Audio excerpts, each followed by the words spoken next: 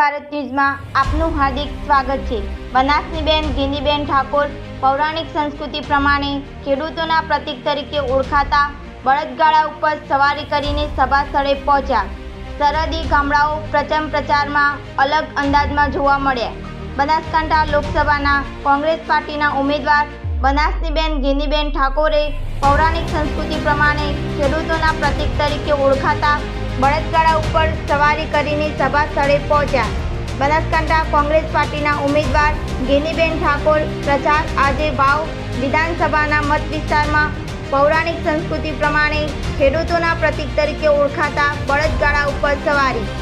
વાવના સરહદી વિસ્તારમાં આજે લોકસંપર્ક કાર્યક્રમને લઈને ગેનીબેન ઠાકોર પ્રચંડ પ્રચાર વ્યસ્ત। બળદગાડામાં ગેનીબેન ઠાકોર, રઘુભાઈ દેસાઈ, બળદેવજી ઠાકોર અને ગુલાબસિંહ રાજપૂત સહિતના કોંગ્રેસના નેતાઓ ગાડા પર બેસીને સભા સ્થળે પહોંચ્યા। અહેવાલ પ્રધાનજી ઠાકોર।